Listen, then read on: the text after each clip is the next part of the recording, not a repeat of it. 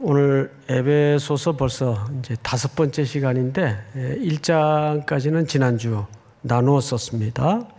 오늘 2장으로 넘어와서 제목이 3가지 질문입니다. 3가지 질문. 먼저 어떤 질문으로 오늘 내용이 흘러가야 되는가를 제목을 먼저 보면서 전체 구조를 머릿속에 새로이 입력하고 듣는 것이 이해하는 데 훨씬 도움이 될 것 같아요. 첫 번째 질문은 좀 띄워주실까요? 첫 번째 질문은 나는 누구였는가? 나는 누구였는가? 두 번째 질문은 그리스도 예수 안에서 나는 누구인가? 그리스도 예수 안에서 나는 누구인가? 세 번째 질문은 나는 어떻게 살아가야 하는가? 이 흐름을 따라서 오늘 본문이 구성이 되어 있습니다. 그래서 이 제목을 머릿속에 하나하나 기억해 가면서 말씀을 좀 전하고 또 듣도록 하겠습니다. 우선 1절을 좀 보십시다. 1절. 나는 누구였는가에 대한 이제 답인데, 여기 그 1절에 이제 우리 번역 성경에는 그 생략이 된 게 하나 있는데, 그리고 그러니까 2장은 1장의 연장선에서 이해를 가져야 된다는 뜻이겠죠? 그리고 그는 허물과 죄로 죽었던 너희를 살리셨도다. 이 1절은 첫 번째 나는 누구였는가에 대한 아주 중요한 덧붙일 것도 뺄 것도 없는 꽉 찬 대답입니다. 우리는 누구였는가? 성경은 이렇게 정의를 해요. 허물과 죄로 죽었던 너희를 살리셨도다. 근데 여기 살리셨도다라는 말은 전체 맥락에서 이해를 돕기 위해 덧붙인 얘기입니다. 원문에는 살리셨도다라는 말이 없어요. 그냥 이렇게 되어 있습니다. 단도직입적으로. 그는 허물과 죄로 죽었던 너희를 이렇게가 아니고 죽었었다. 그러니까 죽었다. 그러니까 우리를 죽은 존재로 규정을 합니다. 근데 여기 앞에 허물과 죄로, 그러니까 이걸 이렇게 오해하면 안 되겠죠? 우리의 허물과 죄 때문에 우리가 죽었다는 말이 아니에요. 다시요. 우리의 허물과 죄 때문에 죽었다는 말이 아니고 허물과 죄로가 아니라 허물과 죄 안에서 공간과 장소 개념을 설명했어요. 허물과 죄 안에서 죽어 있었다. 누가? 우리가.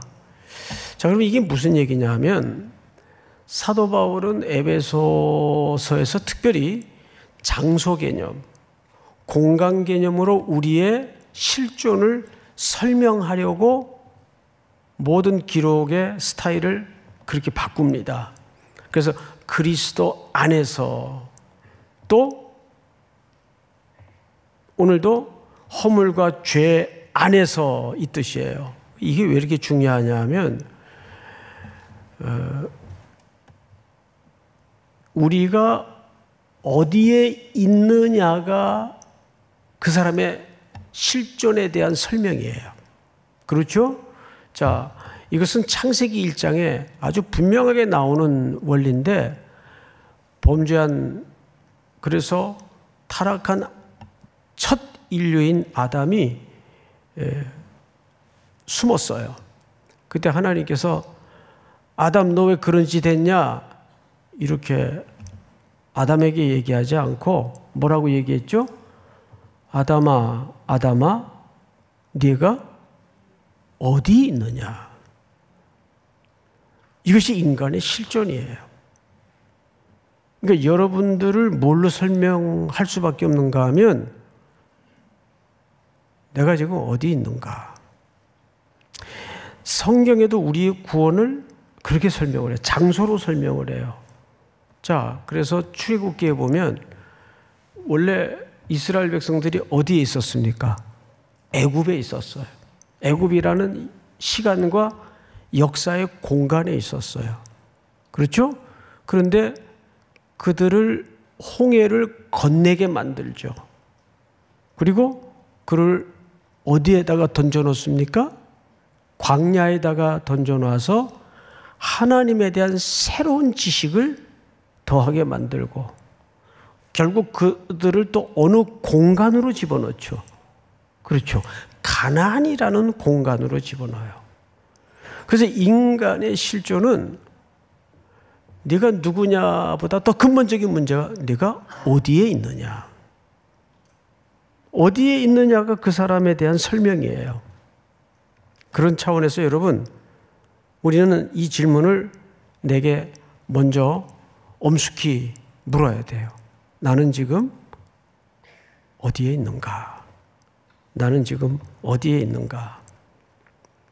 그 위치가, 그 공간이, 그 장소가 나를 설명하는 거예요. 맞죠, 여러분? 맞습니다. 근데 우리는 어디에 있었는가 하면 허물과 죄라는 공간 안에 있었어요. 그래서 이걸 바울이 그래서 장소 개념으로 설명을 하는 거예요. 왜 거기 있었을까요? 죽어 있었기 때문에. 근데 여기서 허물과 죄 안에서 죽었던 이라는 말은 생물학적으로 생각도 데드 브레인, 뇌가 정지가 되고 또 모든 우리 육체가 마비가 되고 이런 생물학적인 죽음을 얘기하는 게 아니에요. 여기서 죽었다라는 말은 하나님의 생명에서 끊겨져 나갔다. 자, 여러분, 가지가 나무에 붙어 있었는데 나무에 붙어 있으면 겨울이 오죠. 그러면 나뭇잎도 떨어지고 그 가지가 마치 보기에는 죽은 것처럼 보이지만 이게 살아있다는 게 언제 티가 납니까? 봄이 되면 그 죽은 것 같이 보였던 나무 가지가지마다 새순이 돋고 잎이 연두빛이 나는 잎사귀가 맺히기 시작하면서 가을이 되면 풍성한 과실이 맺어져요. 그런데 그 가지가 나무 원 둥지에서 끊겨지면 처음에는 보기에는 살아있는 것 같아요. 멀쩡해요. 나무에 붙어있는 가지나 끊겨진 가지나 큰 차이가 안 느껴져요. 그런데 시간이 가고 세월이 흐르면 그 가지는 물기가 점점점 말라지고 잎이 다 말라서 비틀어져 가지고 바스라져 버리고 나무는 점점점 썩어요. 그러니까 이미 죽었는데 사실은 죽어가고 있었던 거죠. 그러니까 여기 죽었던이라는 말은 그 무한한 하나님의 생명의 둥지에서 끊겨진 존재다 그 말이에요. 그게 죽었던, 그러니까 생물학적인 죽음을 얘기하는 게 아니에요. 영적인 죽음을 얘기하는 거예요. 그러니까 우리는 누구였는가? 그렇게 죽었던 존재예요. 죄와 허물 가운데. 자, 그런데 성경은 조금 더 진일보해서 이렇게 설명을 해요. 그때 너희는 그 가운데서, 이것도 무슨 개념이죠? 공간 개념이에요. 그렇죠? 그 안에서, 그 가운데서 행하여 세상 풍조를 어떻게 한다고 되어 있어요? 따른다. 따른다라는 말은 길을 얘기하는 거예요. 우리 시편 1편 말씀을 들을 때 이런 말씀을 들었어요. 복 있는 사람은 악인의 길을 따르지 아니하며, 이 길을 얘기하는 거예요. 길도 하나의 장소란 말이에요. 공간이란 말이에요. 그래서 여기 우리는 그 허물과 죄라는 그 길에서 우리는 그 세상 풍조를 매력 있는 그 길을 향해서 따라가고 있었어요. 악인의 꾀를 쫓아가고 있었어요. 악인의 길에 서고 있었어요. 그럼 거기서 말하는 악인의 길이라는 건 오늘 에베소 2장에서 어떻게 설명하는가 보십시다. 풍조를 따르고 공중에 권세 잡은 자를 따랐으니 곧 지금 불순종의 아들들 가운데 역사하는 뭐라고 되어 있어요? 사탄을 얘기하는 거예요. 사탄. 그러니까 이 사탄은 공중의 권세 잡은 자예요. 여기서 말하는 공중은 가장 낮은 대기권을 표현할 때 유대인들이 쓰는 표현이에요. 그들은 일시적으로 그 권세를 자기들이 확보하고 잡은 것처럼 지금 붙잡고 있어요. 그래서 그 공간 안에서 사탄은 불순종의 아들들, 하나님의 생명의 원천에서 끊겨진 자들을 붙잡고 그들을 미혹의 길로 거짓과 속임수로 우리가 하나님을 알지 못할 때는 거기에 답이 있고 거기에 진리가 있는 것처럼 속아서 그 길을 열심히 따르고 있었어요. 그 얘기를 하는 거예요. 이게 우리의 그리스도를 알지 못했던 과거의 실존의 모습이에요. 그래서 3절을 읽어보시면 다 같이 한번 읽도록 하십시다. 시작.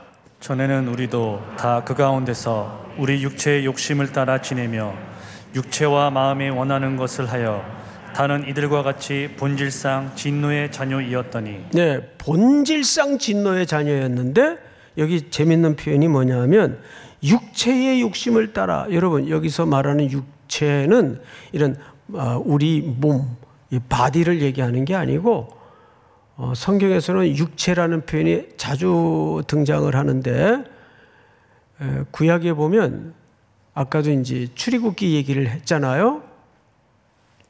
애굽에 살고 있었어요. 홍해를 건넜다는 것은 고린도전서에서 그리스도 안에서 유월절 밤을 지나 어린 양의 피의 공로로 구원을 얻었다는 표예요. 구원의 조건이 아니라 구원을 얻었다는 표가 홍해를 건넜다는 거예요. 근데 혹시 홍해를 건너자마자 이스라엘 백성들이 이제 구원을 얻자마자 영적으로 표현을 하자면 제일 먼저 마주한 일이 뭡니까? 아말렉이라는 대적을 만난 거예요. 그러니까 구원 얻은 백성들에게 처음으로 만난 대적이 아말렉이에요. 근데 이 아말렉이라는 존재가 뭐냐 했을 때 성경은 아말렉을 육체라고 표현을 합니다. 그거는 상대적 개념이기도 하지만 그 상대적 개념을 통해서 뭘 영적으로 설명하고 싶은 건가 하면 아니 구원을 얻었는데 왜 전쟁이 기다리고 있느냐 그 말이죠. 근데 그게 정상이에요. 아말렉은 내 안에 남아있는 옛사람의 기억과 추억과 그림자예요. 우리는 훨씬 애굽 쪽의 삶이 익숙했던 사람들이에요. 그러던 어느 날 우리 수준이 바뀐 게 아니라 어린 양의 공로로 어느 날 신분이 바뀌어버렸어요. 그 사람의 신분과 그 사람의 수준은 간격이 있을 수밖에 없죠. 내가 군복을 입었다고 군인이 하루아침에 되는 게 아니잖아요. 내가 운동선수의 유니폼을 입었다고 하루아침에 운동선수가 되는 건 아니잖아요. 부단한 투쟁과 반복되는 연습과 옆에서 도와주는 코치와 감독들과 동료들을 통해서 운동선수가 되는 거예요. 똑같은 거예요, 신앙생활이.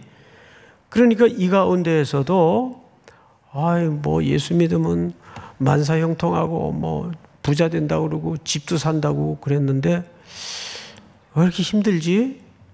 불편하고 당연하죠. 그게 정상이에요. 왜? 다시 말하지만 우리는 애굽 쪽의 삶이 훨씬 익숙했던 사람들이란 말이에요.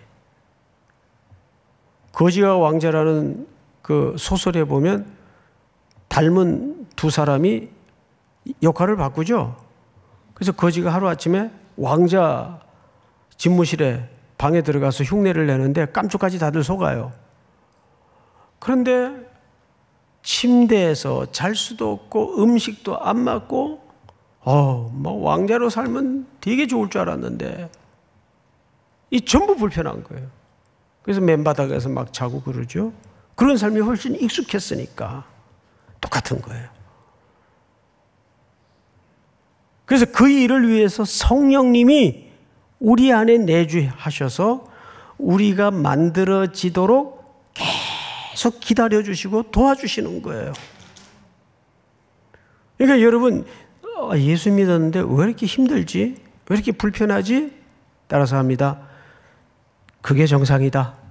그게 정상이다. 그게 이상한 게 아니에요. 여러분들이 잘못된 게 아니에요. 그러니까 그 부분에 대해서는 이상하게 생각하면 안 돼. 그게 맞는 거구나. 왜?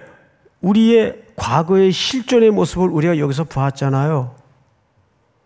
본질상 진노의 자녀였어요.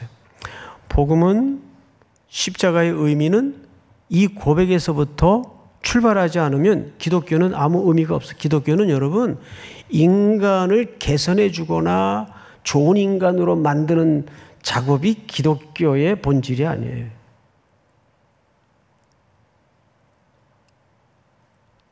그러면 두 번째 질문이 뭐죠? 그리스도 안에서 나는 누구인가? 그랬던 우리가 그러면 어떻게 오늘 이 예배자로 하나님의 자녀로 이 복된 공간에 함께 앉아 있을 수 있었는가? 위대한 반전이 이제 성경에서 어떻게 소개되는가? 4절을 볼까요? 본질상 진노의 자녀이었더니 여기도 하나가 빠졌어요. 그러나 이게 학자들은 위대한 반전이라고 소개합니다. 이 위대한 접속사를 번역상 왜 그랬는지 모르겠는데 하여간 빠뜨렸어요. 여기 원래 들어가야 될 얘기가 그러나, 이 그러나가 뭐라고요? 위대한 반전이에요. 그러나 하나님께서 4절을 보면 그러나 긍휼이 풍성하신 하나님이 우리를 사랑하신 그 큰 사랑으로 인하여 허물로 죽은 우리를 그리스도와 함께 살리셨고, 자, 앞을 보실까요? 여기서 살리셨다라는 말이 중심 주제가 아니에요. 여기 중심 주제는 함께라는 단어예요. 함께. 자, 여러분, 함께 살리셨다고 했을 때는 앞에 어떤 큰 전제가 이미 포함된 걸까요? 함께 죽었다는 말도 됩니다. 그래야 함께 살리셨다는 말이 성립이 되겠죠. 그러니까 우리의 본질상 진노의 자녀였던 그 죄값을 위해서 예수님이 십자가에서 함께 그 죄값을 지불하시고 어떻게 하셨다는 얘기예요? 살리시고 함께 죽고 함께, 여기 원래 살리셨다는 말보다는 좀 거칠지만 직설적인 번역은 함께 일으켜셨다는 말이 옳은 표현입니다. 부활적 용어죠. 그러니까 하나님은 우리만 살린 것도 아니고 그리스도만 살린 것도 아니에요. 함께 죽었고 우리를 묶어서 거기에 함께 죽으셨어요. 거기에서 그 순간 우리의 죄값은 완전하게 지불이 됐어요. 그러면 이제 우리는, 청년들은 그런 질문을 종종 하더라고요. 그 죄값이 다 지불됐다는데 왜 아직도 내 안에 이렇게 죄가 들끓나요? 그러니까 내가 이 구원은 뭐라 그랬어요? 지불됐지만 수준은 시간과 공간 속에서 이루어져 가도록 돼 있어요. 믿습니까? 그러니까 신앙생활은 결코 뭐든지 단박에 되는 법이 없어요. 그 신앙생활이라는 건 비결이 없어요. 단박에 어떻게 돼요? 그 평생 한 종목의 운동만 하는 선수들도 실수를 합니까? 안 합니까? 엄청 하죠. 엄청 하죠. 국가대표로 국가대표까지 뽑히려면 여러분 얼마나 어마어마한, 그냥 밥만 먹고 그것만 하는 사람들이에요. 그 중에서도 제일 잘하는 사람들을 뽑아놨는데도 이 골대 앞에서 골키퍼가 없는 노마크 찬스였는데도 똥볼을 날려요. 2002 월드컵 때 기억나시죠? 그 독수리라는 별명을 가진 모 선수가 후반전에 교대로 들어와서 이건 노마크 찬스예요. 불어도 들어갈 판이에요. 예? 근데 이쪽에서 달려오더니 세상에 근데 어느 나라하고 그 미국전인가 아마 그랬을 것 같아요. 지금 또 열심히 텔레비도 자주 나오고 그래요. 예? 그걸 세상에 한국을 들었다 놨죠 그때. 예? 그거를 똥볼을 날려요. 그 사람이 축구 못하는 사람이에요? 잘하는 사람이에요. 그래서 우리는 이 시간과 공간 속에서 우리의 구원이 오늘도 만들어져 가고 있어요. 그러니까 서로가 도와줘야 돼요. 서로가 기다려줘야 돼요. 서로가 참아줘야 돼요. 믿습니까? 자, 성경을 보십시다. 4절을 보시면, 5절을 보시면 허물로 죽은 우리를 그리스도와 함께 이게 일으키셨다 그 뜻이에요. 그리고 6절을 보니까 또 함께 일으키사, 여긴 제대로 번역을 했네요. 일으키사 그리스도 예수 안에서 함께 어떻게 하셨어요? 앉히시니. 자, 앞을 보실까요? 이거 제가 에베소서 강해를 하면서 지난주인가요? 말씀을 드렸죠? 예수님은 어디에 앉아 계세요? 지금. 네, 그럴 줄 알았어요. 예수님은 지금 어디에 앉아 계세요? 하나님 보좌 우편에 앉아 계세요. 맞죠? 예. 그런데 보좌 우편에 앉아 계신다는 뜻은 왜 거기 앉히신다고요? 하나님의 모든 것을 유업으로 이을 상속자로 앉히신다는 뜻이에요. 내 앞으로의 모든 대권을 이 아들에게 물려줄 것이다. 모든 이 땅에 이 온 나라의 권세를 이 아들에게 물려줄 것이라는 의미로 우편에 앉히는 거예요. 그런데 이것도 어마어마한데 거기에 우리를 거기에 함께 앉히셨대요. 전혀 감각이 없죠. 예? 너무 엄청난 거는 그렇게 감각이 없어요. 여기 성택은 이야기입니까? 성경의 약속입니까? 성경의 약속이 함께 죽고 함께 일으키시고 그 부활이 기독교의 목적이 아니에요. 부활은 중요한데 십자가도 중요한데 그 너무 더 어마어마한 우리의 현실이 기다리고 있는데 하나님 보좌 우편에 우리를 원론적으로 지금 앉혔어요. 그것을 지금 시간 속에서 만들어가고 있을 뿐이에요. 믿으십니까? 그런데 이게 누구의 예정된 계획인가 하면 하나님의 예정된 계획이에요. 하나님의 계획이 중도 실패할 가능성이 있을까요? 없어요. 절대 없어요. 그러니까 여러분들이 버텨보세요. 하나님이 실패하나 안 하나? 절대 실패하지 않아요. 자, 성경을 다시 보십시다. 그 6절이 그 약속이죠. 또 함께 일으키사 그리스도 예수 안에서 함께 하늘에 앉히시니. 7절 다 같이 시작. 이는 그리스도 예수 안에서 우리에게 자비하심으로써 그 은혜의 지극히 풍성함을 오는 여러 세대에 나타내려 하심이라. 아멘. 여러분, 마태복음 22장을 잠깐 띄워주실까요? 이 설명을 좀 듣고 세 번째 마지막 챕터로 넘어가겠습니다. 설명을 하면서 소개를 좀 할게요. 이제 바리새인과 사두개인들이 교대로 예수님을 함정에 빠뜨리기 위해서 왔어요. 그러면 당신의 생각에는 어떠한지 우리에게 이루소서.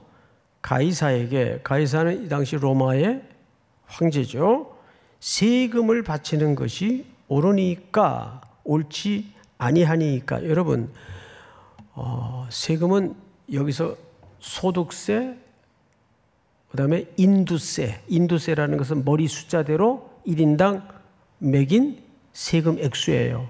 이게 1데나리온입니다. 1데나리온. 그러니까 그건 큰 액수가 아니에요. 근데 액수가 중요한 게 아니라 유대인들은 이 돈을 사용하는 걸, 특별히 성전에 들어갈 때 예물로 드리는 걸 목을 내놓고 싫어했어요. 이유가 있는데 그 동전에는 첫 번째, 다음 절을 볼까요? 다음 절. 예수께서 그들의 악함을 아시고 이르시되 외식하는 자들아 어찌하여 나를 시험하느냐? 세금 낼 돈을 내게 보이라 하시니 어떤 돈을 갖고 왔죠? 데나리온을 갖고 왔어요. 그러니까 지금 예수님은 진퇴양난에 빠진 겁니다. 세금 내면 안 됩니다. 그러면 로마 정부에서 반역이 되는 거예요. 정부에 대해서. 세금이니까 내야죠. 그러면 누구에게 반역이 되냐 하면 유대인들에게 반역이 되는 거예요. 왜? 세금을 낸다는 것은 무슨 뜻인가 하면 그 동전에 새겨진 가이사의 형상과 그 뒷면에 새겨진 글이 뭐죠? 가이사가 주인이십니다. 이걸 인정하는 격이 되는 거죠. 그래서 유대인들은 이걸 극도로 혐오하고 싫어했어요. 그러니까 이렇게도 바리새인들과 종교 당국자들에게 걸리게 돼 있고, 이렇게 대답을 해도 로마 정부에 또 반역이 되게 돼 있고, 어려움에 빠진 거죠. 그때 예수님께서 그 데나리온을 갖고 와라. 다음 절. 예수께서 말씀하시되, 자, 예수님의 질문을 잘 보세요. 이 형상과 이 글이 누구의 것이냐? 이 형상은 누구의 형상이죠? 가이사의 형상이에요. 그 글은 누구를 위한 글이죠? 가이사를 위한 글이에요. 그러면 누구 거예요? 가이사 거죠. 그래서 이르되 가이사의 것이니이다. 이에 이르시되 그런즉 가이사의 것은 가이사에게. 이 말이 틀려요? 맞아요? 맞아요. 근데 가운데 빠졌어요. 글자 하나가. 그러나 그러나, 이 그러나는 앞에 전체 부정을 얘기하는 거예요. 그러나 하나님의 것은 하나님께 바치라.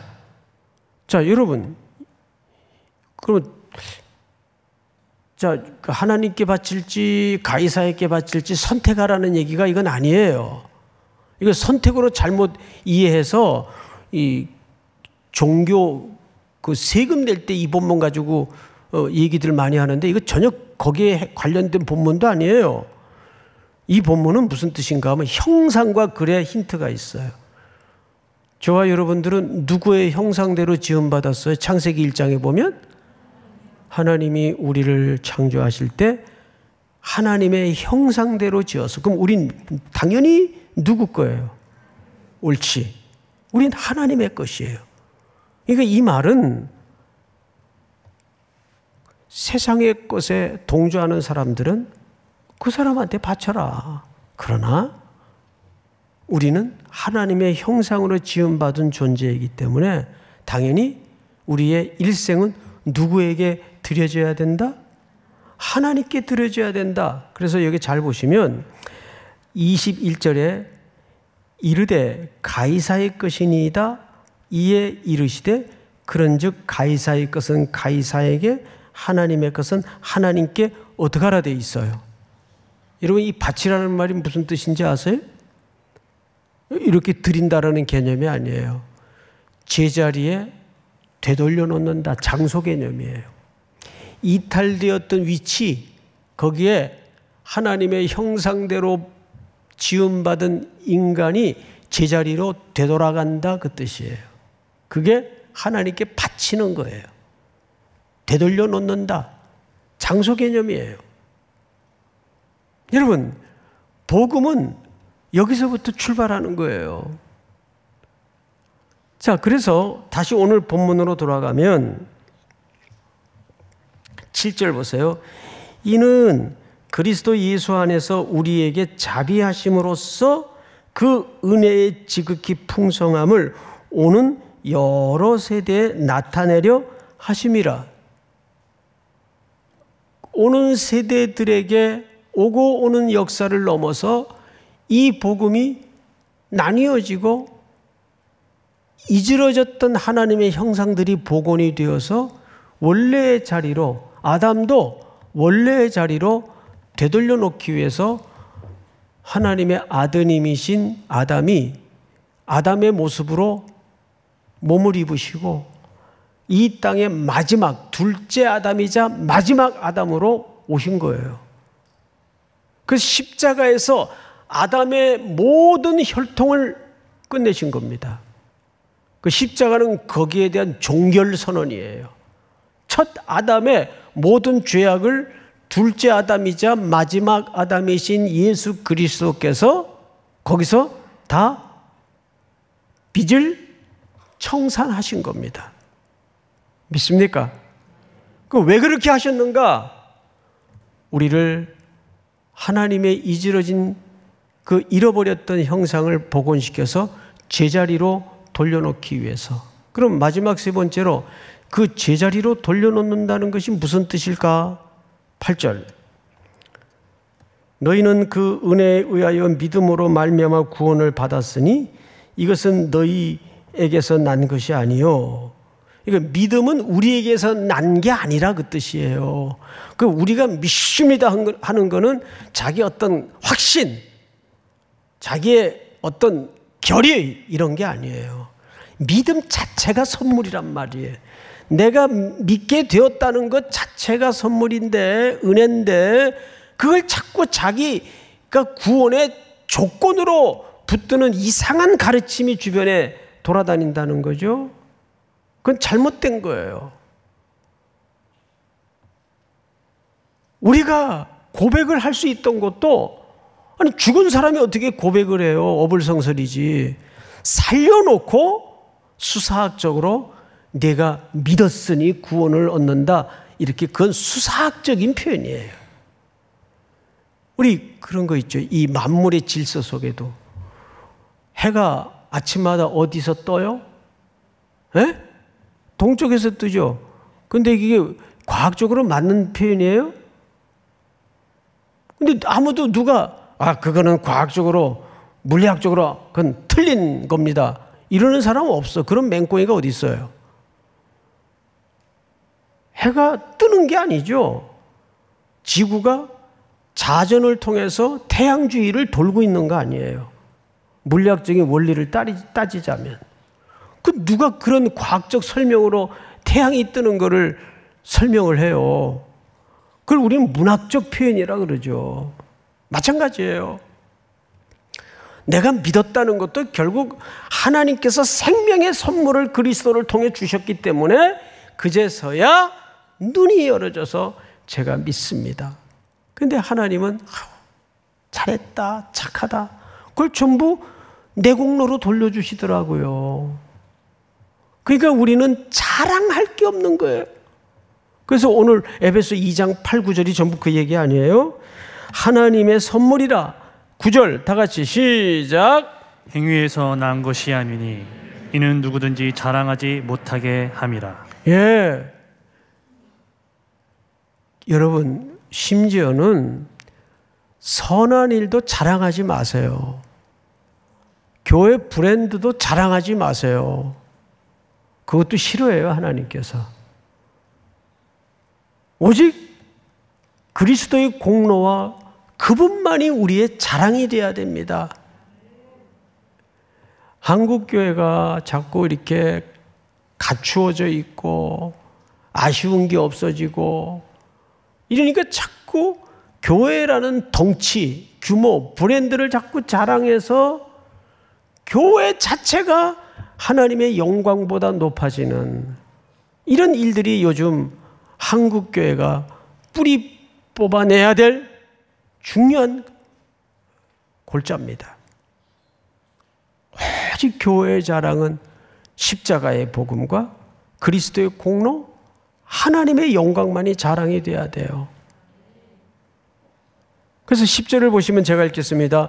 우리는 그가 만드신 바라 그리스도 예수 안에서 선한 일을 위하여 지으심을 받은 자니 이 일은 하나님이 전에 예비하사 우리로 그 가운데서 행하게 하려 하심이라. 여기 선한 힘이라는 것은 결국 뭘까요?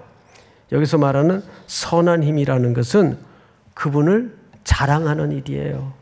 교회를 자랑하는 것도 아니고 우리의 행위를 자랑하는 것도 아니라 그분이 하셨다는 걸 자랑하고 선포하는 일입니다. 믿으십니까? 그래서 정리하자면 결론 첫 번째 좀 띄워주실까요? 우리는 허물과 죄로 죽었던 본질상 진노의 자녀이다. 여기서부터 우리의 복음은 시작이 됩니다. 두 번째 시작. 긍휼이 풍성하신 하나님이 그리스도와 함께 일으키심. 함께 일으키셔서 어떻게 하셨어요? 함께 하늘에 앉히셨습니다. 여러분들은 신분적으로는 지금 어디에 앉아 계신 분들이에요? 하늘에 하나님 우편 보좌에 예수 그리스도와 함께 앉아 계신 분들이에요. 그러니까 좀 그렇게 삽시다. 쪼잔하게 말이죠. 예? 치사하게 살지 말고 돈이 없지 가오가 없냐. 아, 이거 은혜가 돼요. 이런 말. 예? 그러니까 영화들을 좀 보세요. 그래야 설교가 이해가 돼요. 예? 작가들 참 그 멘트 날리는 거 보면 기가 막혀요. 우리가 이 땅에서는 영구한 공간이 아니기 때문에 조금 부족하게 가지고 있으면 어때요? 그렇다고 뭐 세끼 굶기를 하겠습니까? 근데 중요한 것은 우리는 실리를 근거로 사는 사람들이 아니고 우리는 명분이에요. 목숨보다 중요한 게 하나님의 자녀라는 명분이에요. 믿습니까? 세 번째 시작. 선한 일을 위하여 그 가운데 행하게 하심. 자, 선한 일은 뭐라고요? 선한 일을 자랑하는 거라고요? 교회를 자랑하는 거라고요? 하나님을 자랑하는 거예요. 하나님이 하셨습니다. 저희가 한 게 아닙니다. 예수 그리스도께서 하셨습니다. 그러면 다 그래요. 그걸 누가 몰라서 그래? 그래도 너희들이 했잖아. 이게 유혹이에요. 네? 그런 유혹에 넘어가지 말고 끝까지 단호하게 아니요, 진짜 하나님이 하셨습니다. 진짜 하나님이 했잖아요. 아니에요? 우리 다 일어나십시다. 우리 287장 예수 앞에 나오면 죄사함 받으며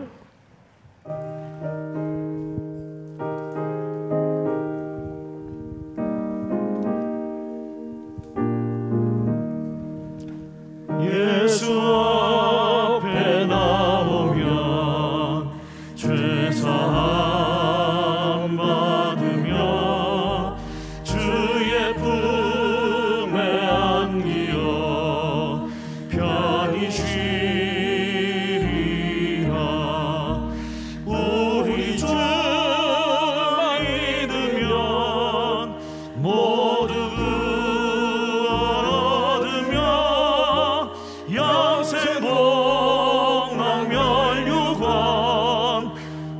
확실히 받겠네. 예수 앞에 나와서 은총을 받으며 마음의 기쁨 넘치어 감사하리라. 우리 주만 믿으면 모두 구원 얻으며 영생 복락 멸류관 확실히 받겠네. 예수 앞에 설 때에 흰 옷을 입으며 밝고 빛난 내 집에 길이 살리라. 우리 주만 믿으면 모두 구원 얻으며 영생 복락 멸류관 확실히 3절만 다시 합니다. 예수 앞에 설 때에 흰 옷을 입으며 밝고 빛난 내 집에 길이 살리라. 우리 주만 믿으면 모두 구원 얻으며 영생 복락 멸류관 확실히 받겠네. 하나님 아버지, 우리의 안고 일어섬과 삶의 모든 흔적들을 돌아보면 정말 하나님이 하셨음을 고백합니다. 우리의 평생 한 호흡까지도 하나님만이 나의 자랑이심을 잃어버리지 않도록 우리의 고백을 날마다 새롭게 하여 주시옵소서. 지금은 우리 구주 예수 그리스도의 은혜와 하나님 아버지의 사랑과 성령님의 교통하심이 머리 숙여 경배를 드리는 사랑하고 사랑하는 귀한 3일의 성도들, 해외, 군에 출타해 있는 가족들, 복중의 생명까지 영원토록 함께 있을지어다. 아멘.